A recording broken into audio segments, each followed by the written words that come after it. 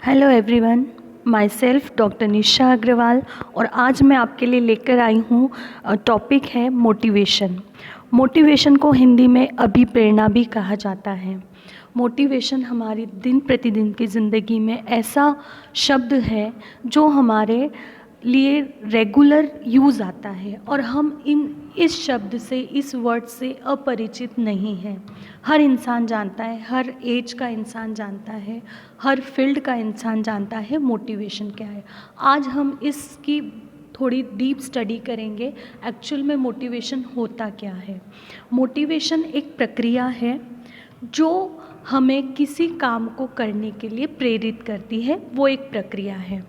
इसी तरह से हम इसके आगे के कंटेंट पर जब जाते हैं तो इसका थोड़ा सा मैं आपको डिस्क्रिप्शन देना चाहती हूँ कि हम इस चैप्टर में इसकी डेफिनेशन, परिभाषा पढ़ेंगे, इसकी विशेषताएं पढ़ेंगे, मोटिवेशन साइकिल पढ़ेंगे और इसके बारे में हम बहुत डिटेल में जानेंगे। तो आइए दोस्तों, हम देखते हैं मोटिवेशन की परिभाषा। अभिप्रेरक प्राणी के भीतर एक ऐसी सामान्य अवस्था है जो लक्ष्य निर्देशित व्यवहार उत्पन्न करता है। यानी कि हम देखते हैं कि हमारी दिन प्रतिदिन की ज़िंदगी में जो भी हम व्यवहार करते हैं, जिस भी तरह का व्यवहार करते हैं, मान लीजिए एक जगह से उठकर अगर हम जा रहे हैं तो ये भी एक तरह का व्यवहार है और इसके पीछे भी कोई ना कोई अभिप्रेरक काम कर रहा है। फॉर एग्ज़ाम्पल, हम अगर एक जगह बैठे और उठ के जाके पानी पी रहे हैं, ये हमारा व्यवहार हुआ और इसके पीछे प्रेरक है क्योंकि हमें प्यास लगी है, इसलिए हम उस पानी की ओर जा रहे हैं, कहीं और नहीं जा रहे हैं। तो उस व्यवहार एक लक्ष्य निर्देशित होता है, उस पर्टिकुलर लक्ष्य की ओर होता है। इसलिए कहा जाता है कि अभिप्रेरित व्यवहार हमेशा लक्ष्य निर्देशित होता है, जैसा कि इस परिभाषा में भी दे रखा है कि जो लक्ष्य निर्देशित व्यवहार उत्पन्न करता है, मतलब हमारे अंदर हमारे ऐसी आंतरिक शक्ति या ऐसी आंतरिक प्रेरणा होती है, ऐसा आंतरिक प्रभाव होता है जो हमें किसी व्यवहार को करने के लिए प्रेरित करता है। उसी तरह से हम देखते हैं दूसरी परिभाषा को। अभिप्रेरणा एक अथवा अधिक प्रभावों को उत्पन्न करने के लिए व्यक्ति में करने की प्रवृत्ति को उद्दोलित करता है। इसका मतलब है कि अभिप्रेरित व्यक्ति एक से ज़्यादा कई चीज़ों के लिए उसके अंदर प्रभाव उत्पन्न होते हैं और व्यक्ति उस काम को करने के लिए प्रेरित होता है। हम ये जानते हैं, हर प्रकृति का नियम है कार्य कारण संबंध का। किसी भी कार्य के पीछे कोई ना कोई कारण अवश्य होता है, किसी भी व्यवहार के पीछे कोई ना कोई प्रेरक आवश्यक होता है। जिस तरह से हम व्यवहार करते हैं उस तरह से उसके पीछे का प्रेरक उस व्यवहार को करने के लिए व्यक्ति को पुश करता है, उस व्यवहार को करने के लिए व्यक्ति को शक्ति प्रदान करता है। इसी को हम मोटिवेशन कहते हैं। साधारण भाषा में अगर देखा जाए तो मोटिवेशन वो है जब व्यक्ति के आंतरिक ऐसा कोई बल, ऐसी कोई शक्ति जो व्यक्ति को किसी भी व्यवहार को करने के लिए शक्ति प्रदान करती है या किसी भी व्यवहार को करने के लिए उसको फोर्स करती है, उसी को हम अभिप्रेरणा कहते हैं। आइए नेक्स्ट हम देखते हैं कि कैसे पहचानेंगे, कैसे जानेंगे कि व्यक्ति अभिप्रेरित हो रहा है और किस चीज़ के लिए अभिप्रेरित हो रहा है। बहुत इंटरेस्टिंग है, आप अपनी डेली लाइफ में कई ऑब्ज़र्व करके देख सकते हैं, कई चीज़ें अपने निरीक्षण के आधार पे देख सकते हैं कि एक अभिप्रेरित व्यवहार की क्या क्या विशेषताएं होती है, वो आप अपने प्रैक्टिकल करके दैनिक जीवन में देख सकते हैं। आइए फर्स्ट देखते हैं, अभिप्रेरणा में व्यवहार लक्ष्य निर्देशित होता है। जैसा कि मैंने पहले भी बताया है कि जो व्यक्ति को आवश्यकता होती है, जो व्यक्ति को उसके अंदर की प्रेरणा जागती है, उसके अंदर की शक्ति, फोर्स आता है, उसी के तरफ उस व्यक्ति का व्यवहार निर्देशित होता है। मान लीजिए अगर हम कहीं जा रहे हैं, रास्ते पर चल रहे हैं, हमें बहुत तेज़ भूख लगती है और भूख लगने के दौरान हम किसी भी क्लॉथ की शॉप में नहीं जाएंगे, भूख लगने के दौरान हम रेस्टोरेंट में ही जाएंगे।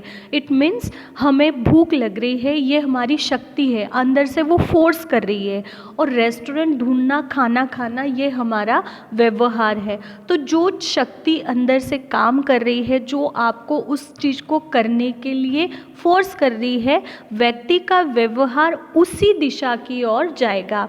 साधारण अर्थों में अगर हम देखें कि व्यक्ति को प्यास लग रही है तो वो पानी की दिशा की ओर ही जाएगा। व्यक्ति को अगर भूख लगती है तो वो किसी खाने के रेस्टोरेंट या खाने की जगह पर ही जाएगा। वो इधर उधर कहीं भटक नहीं सकता, क्योंकि उसके अंदर प्राइमरी तौर पे, प्राथमिक तौर पे जो शक्ति, जो मोटिव काम कर रहा है, वो वही उसको व्यवहार करने के लिए प्रेरित करता है। इसलिए कहा जाता है कि ये पहली विशेषता है। अगर आप नोट करेंगे दिन प्रतिदिन की ज़िंदगी में कई लोगों को, तो आपको ये बहुत अच्छी तरीके से क्लियर हो पाएगा कि व्यक्ति अगर ये काम कर रहा है तो इसके पीछे उसका कोई ना कोई मोटिव होगा। सेकंड आते हैं हम, अभिप्रेरित व्यवहार अधिक प्रबल होता है। अभिप्रेरित व्यवहार अधिक प्रबल होता है। प्रबल मीन्स वो बहुत स्ट्रॉन्ग बिहेवियर होता है। अगर आपको भूख लग रही है, आप रेस्टोरेंट की तरफ जा रहे हो, और अगर आपके साथ में कोई आपका फ्रेंड है जो आपको कहता है कि नहीं अभी रेस्टोरेंट नहीं जाना है, अभी हम कुछ शॉपिंग कर लेते हैं, बट क्या होता है कि हम उस चीज़ को मना कर देते हैं कि नहीं, सबसे पहले हमें खाना खाना है क्योंकि हमें भूख लग रही है। वो इतना ज़्यादा स्ट्रॉन्ग होता है कि हम दूसरी जो चीज़ें जो करनी है, जो कार्य करने हैं हमें, उसको हम सेकेंडरी पे रखते हैं, और फर्स्ट प्राइमरी जो हमें इंटरनल फोर्स आता है उसी की तरफ हम फोकस करते हैं। इसलिए ये भी विशेषता है कि अभिप्रेरित व्यवहार अधिक प्रबल होता है। वो व्यवहार अधिक प्रबल होता है क्योंकि आंतरिक वो शक्ति, वो फोर्स आपको इतना ज़्यादा आता है कि उस व्यवहार को पूरा करने में व्यक्ति लग जाता है। थर्ड आते हैं, अभिप्रेरित व्यवहार चयनात्मक होता है।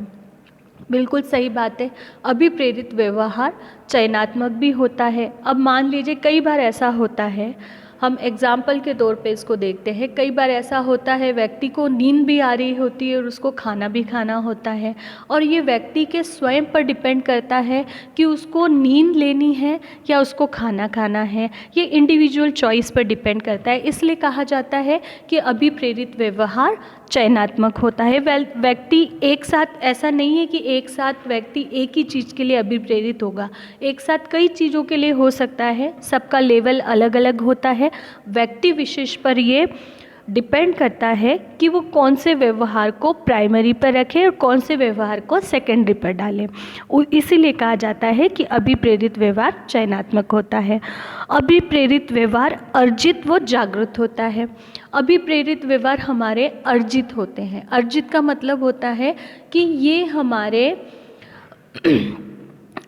बाहर से डाले हुए व्यवहार नहीं होते। जैसा कि अर्जित व्यवहार और एक होता है जन्मजात व्यवहार। जन्मजात व्यवहार वो होते हैं जो हमें कोई सिखाता नहीं है, और अर्जित व्यवहार वो होते हैं जो हमें समाज के द्वारा, परिवार के द्वारा, स्कूल के द्वारा, जो बाहरी वातावरण के द्वारा हमारे अंदर अर्जित किए जाते हैं, हमारे अंदर डाले जाते हैं।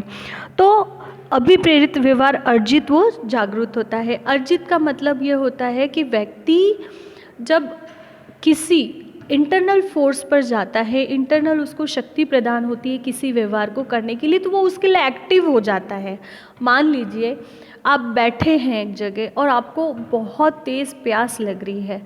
कितना भी आपको अगर आलस आएगा या कितना भी आप चाहेंगे कि आप नहीं बैठे, फिर भी आप एक्टिवली उठकर जाएंगे और पानी पिएंगे। वो व्यवहार, वो इंटरनल फोर्स इतना ज़्यादा होता है कि व्यक्ति को जागृत या एक्टिव रख लेता है। फिर नेक्स्ट आते हैं, अभिप्रेरणात्मक व्यवहार में निरंतरता पाई जाती है। ऐसा नहीं है कि दिन में आपको एक व्यवहार का एक बार फोर्स आ गया, एक बार आंतरिक प्रेरणा आ गई तो आप उसी को, वो पूरे दिन में नहीं आएगी, ऐसा नहीं होता है। पूरा दिन साइकिल की तरह चलता है। पूरे दिन में एक अभिप्रेरक कई बार आ सकता है, एक मोटिव कई बार आ सकता है और ये साइकिल चलती है, चेन चलती है, एक के बाद एक, एक के बाद एक, एक के बाद एक। हम सुबह से देखते हैं, सुबह उठने से लेके शाम को सोने तक का जितना भी हमारा व्यवहार होता है उसके पीछे कोई ना कोई मोटिव, कोई ना कोई अभिप्रेरक काम ज़रूर करता है। और वही उसी वजह से हमारे पूरे दिन का शेड्यूल, पूरे दिन का व्यवहार डिपेंड करता है। तो इसलिए कहा जाता है कि अभिप्रेरणात्मक व्यवहार में निरंतरता, वो कंटिन्यू चलता है, वो कभी स्टॉप नहीं होता। आप कोई ना कोई व्यवहार करते ही रहते हैं। अगर आप ब्लैंक बैठे हैं तो इसका इट मीन्स आपकी कोई ना कोई सोच चल रही है, आप किसी थॉट पर जा रहे हैं। बट ऐसा कभी नहीं होता है कि अभिप्रेरित व्यवहार कभी डिस्कनेक्ट हो जाए, वो कंटिन्यू चलता रहता है। तो ये थी अभिप्रेरित व्यवहार की विशेषता, जो कि आप प्रैक्टिकली इसको दैनिक जीवन में अपने देख सकते हैं, अपने आसपास के लोगों को ऑब्जर्वेशन कर सकते हैं और आपको इससे भी ज़्यादा बेटर तरीके से क्लियर हो पाएगा कि व्यक्ति अभी ये व्यवहार कर रहा है तो इसके पीछे का कारण, इसके पीछे का मोटिव ये हो सकता है। आइए हम देखते हैं मौलिक अभिप्रेरणात्मक संपत्ति। क्या कंसेप्ट है अभिप्रेरणा का, क्यों कोई अंदर से शक्ति आती है, कैसे काम करती है और कैसे इसकी प्रक्रिया है। अब इस कंसेप्ट को एक तरह से हम प्रक्रिया भी कह सकते हैं या मोटिवेशन साइकिल भी कह सकते हैं। अब ये साइकिल को समझने के लिए इसमें सबसे इम्पॉर्टेंट 3 चीज़ें बताई गई है। ये तीनों के वजह से हमारा व्यवहार डिपेंड करता है। इन तीनों चीज़ के वजह से हमारा व्यवहार क्रियाशील होता है। आइए देखते हैं। इसमें सबसे पहला आती है आवश्यकता, नीड।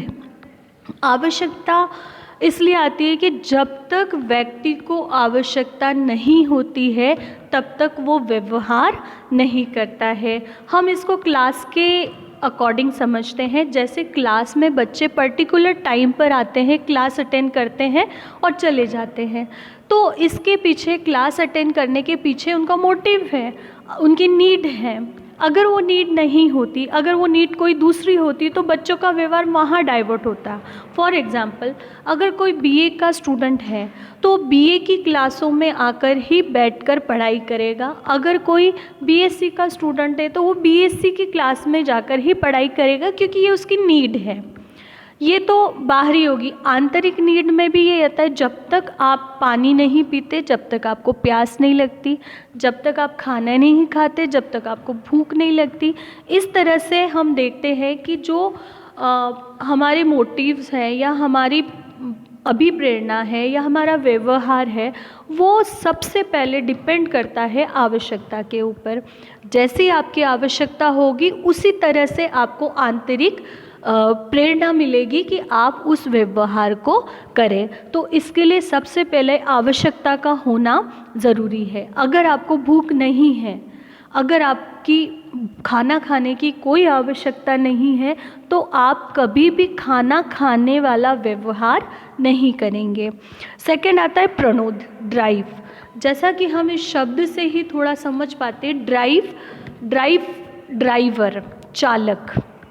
जिस तरह से एक गाड़ी को एक चालक खींचता है, एक गाड़ी को एक चालक चलाता है, उसी तरह से हमारी जो मोटिवेशन प्रक्रिया है, मोटिवेशन साइकिल है, या हमारा व्यवहार है, उसको चलाने के लिए भी ड्राइव होता है, प्रणोद हमारे अंदर होता है।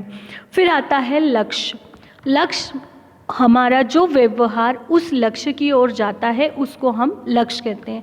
अब इन तीनों ही चीज़ को हम एग्जाम्पल के थ्रू समझने की कोशिश करते हैं। जैसे फर्स्ट है आवश्यकता, सेकंड है प्रणोद और थर्ड है लक्ष्य। फर्स्ट आवश्यकता, हम एक पानी पीने के उदाहरण से इसको समझते हैं। पानी पीने का जो एग्जाम्पल है कि कोई व्यक्ति एक जगह से उठ के पानी पी लेता है, ये इस एग्जाम्पल से समझते हैं। अब पानी पीना उसकी क्या हो गई, आवश्यकता। पानी पीना उसकी आवश्यकता होगी, इसलिए वो एक जगह से उठ जाएगा। प्रणोद, ड्राइव। अब पानी क्यों पीना है, उसके पीछे उसका मोटिव है प्यास। उसको प्यास लग रही है इसलिए उसको पानी पीना है। अब प्यास क्या होगी, ड्राइव, चालक। और थर्ड होता है उस जगह पर जाके पानी को पी लेना, मीन्स वो लक्ष्य, वो व्यवहार। इसी तरह से हम ये कह सकते हैं कि पानी पीना आवश्यकता है, प्यास लगना उसकी ड्राइव है, और पानी को पी लेना ये उसका व्यवहार है। तो इस तरह से पूरे दिन में कई बार हमारे मोटिवेशन साइकिल चलती रहती है, अभिप्रेरणा चलती रहती है। हमने अक्सर देखा है कि अभिप्रेरणा हम किसी बच्चे को पढ़ाने के लिए कर सकते हैं, किसी बच्चे को हमने मोटिवेट किया, किसी बच्चे को गेम्स के लिए मोटिवेट किया, किसी बच्चे को हमने पढ़ाई के लिए मोटिवेट किया। इस तरह से तो हम जानते हैं, पर मोटिवेशन का जो डीप नॉलेज है, जो जहाँ से ये स्टार्ट होता है, उसी को डेप्थ में आज मैं बताने जा रही हूँ। तो इसी तरह से एक सिंपल सा एग्जाम्पल अगर हम देखते हैं कि पानी पीना, पानी पीने के पीछे ये 3 चीज़ें काम करती है, तब जाके हम पानी को पीते हैं।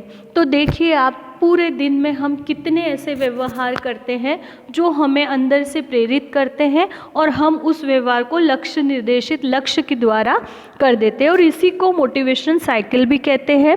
जैसे नीड, ड्राइव, इंसेंटिव और गोल। इसी तरह से ये साइकिल पूरे दिन में कई बार चलता रहता है, कई बार रिपीट भी होता है। तो ये इसका कंसेप्ट भी है, ये इसका साइकिल भी है, और इसकी डीप स्टडी भी है कि मोटिवेशन में एग्जैक्टली होता क्या है, हम कैसे मोटिवेट होते हैं, हम कैसे किसी काम को करते हैं, ये बताया गया है। आइए नेक्स्ट स्लाइड पे चलते हैं। अभिप्रेरक के प्रकार।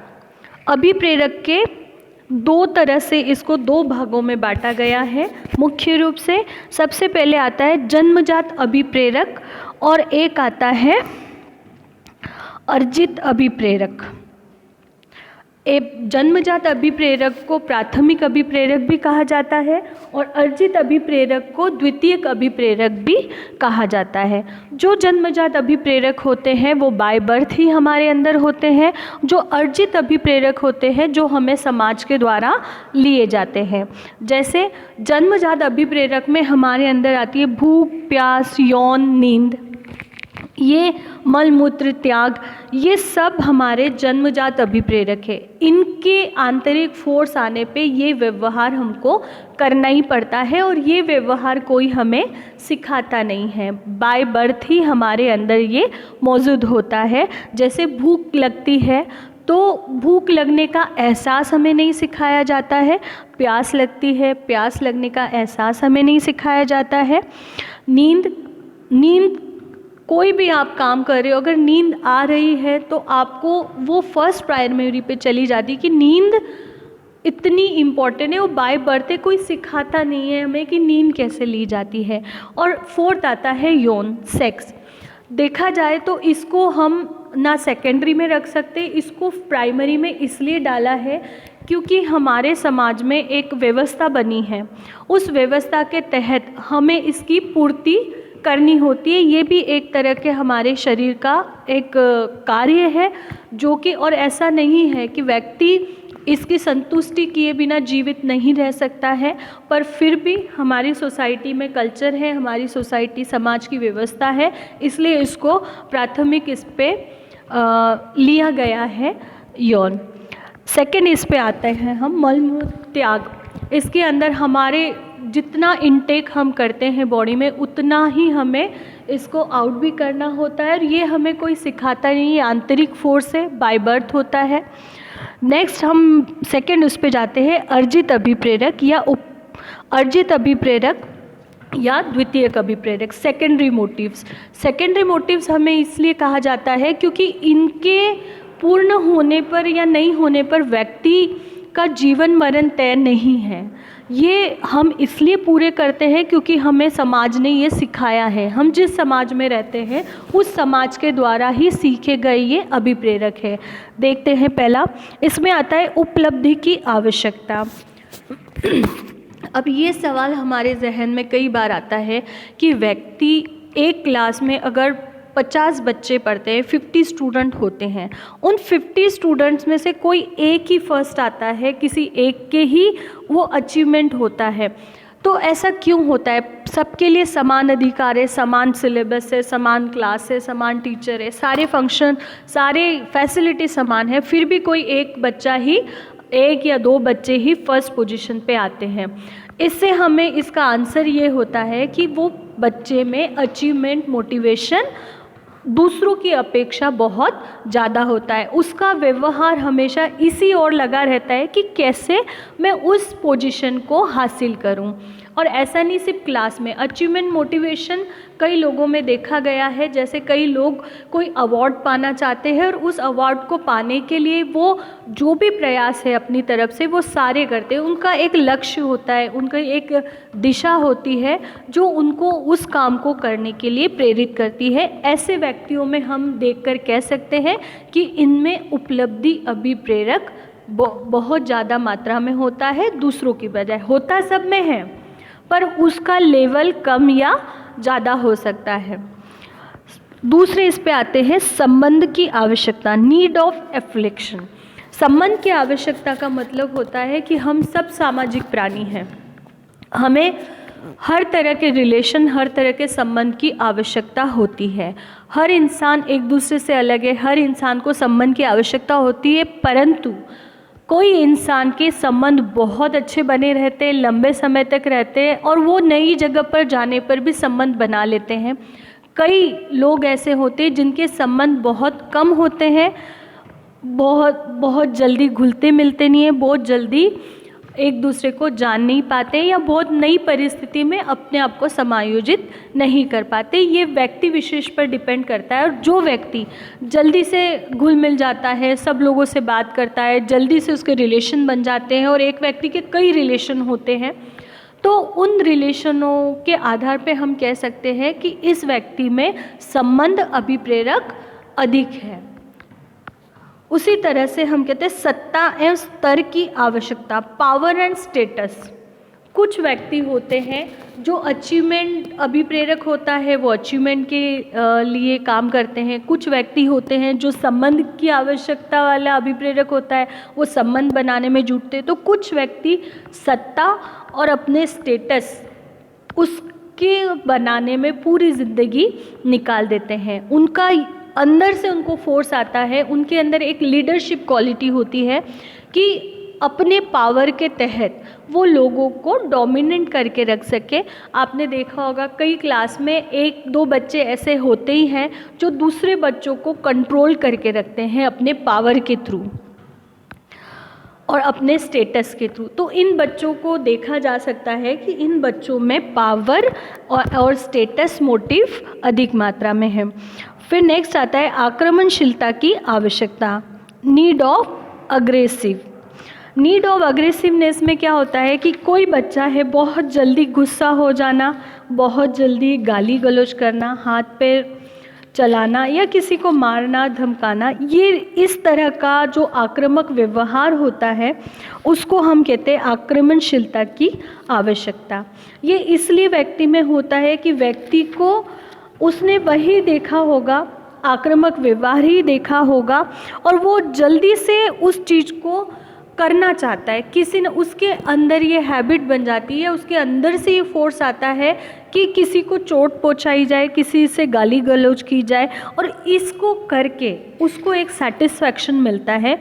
इसलिए कह सकते हैं हम कि उसके आक्रमणशीलता की आवश्यकता होती है। नेक्स्ट आता है अनुमोदन। अनुमोदन की आवश्यकता हमें तब होती है जब व्यक्ति किसी को अनुमोदित व्यवहार करता है। अनुमोदित व्यवहार करने में व्यक्ति का उसका अपना समाज और समाज के कुछ नियम, समाज के जो नियम होते हैं व्यक्ति उसको फॉलो करता है। जैसे हमने देखा है कई लोग समाज के नियमों को फॉलो नहीं करते हैं, उनको लगता है कि नहीं ये ठीक नहीं है। कई लोग होता है भले ही उनको वो नियम ठीक ना लगे फिर भी वो उस नियमों को बहुत कठोरता के साथ उसका पालन करते हैं और अपने परिवार को भी कहते हैं कि उन नियमों को पालन करना चाहिए। तो इसलिए कहा जाता है कि उन व्यक्तियों में अनुमोदन व्यवहार, अनुमोदन वो अप्रूवल बिहेवियर कहा जाता है इसको बेसिकली, कि समाज के द्वारा जो अप्रूव किया गया व्यवहार उसको अनुमोदन अभिप्रेरक कहा जाता है। कुछ लोग सिर्फ और सिर्फ समाज के नियमों पर ही अपने आप को चलाते हैं, तो उनमें ये देखा जाता है कि उनके विचार, उनका आचार पूरी तरह से सामाजिक है और नैतिक दृष्टि से भी वो उस चीज़ को अच्छा मानते हैं। इस तरह से हम देखते हैं ये सारे जितने भी टाइप्स आपको बताए हैं 2 तरह के, एक है जन्मजात अभिप्रेरक और एक है अर्जित अभिप्रेरक। ये हम दिन प्रतिदिन की ज़िंदगी में ऑब्जर्वेशन के थ्रू, निरीक्षण के थ्रू व्यक्तियों में देखे जा सकते हैं। अब ये चैप्टर ख़त्म करने से पहले मैं आप लोगों को एक असेसमेंट देना चाहती हूँ कि आज जो हमने मोटिवेशन चैप्टर पढ़ा है, उसको डेप्थ स्टडी किया है, तो आपका एक असाइनमेंट है कि आप जहाँ भी बैठे, आप अपने स्कूल में बैठ रहे हैं, आप अपने कॉलेज में बैठ रहे हैं, आप अपने घर में बैठ रहे हैं, तो व्यक्तियों के व्यवहार को ऑब्ज़र्व करना सीखिए, नोट करना सीखिए। जितने व्यवहार को आप ऑब्ज़र्व करेंगे, जितने व्यवहार को आप नोट करेंगे, आप उतना ही एक अच्छे ऑब्जर्वर बनेंगे और आपको ये सारी चीज़ें जो हमने थ्योरी पढ़ी है वो व्यक्ति के व्यवहार में दिखेगी, तो आपको ये कंसेप्ट भी क्लियर होगा और आपको किसी व्यक्ति के व्यवहार को पहचानने में भी आसानी रहेगी। Thank you.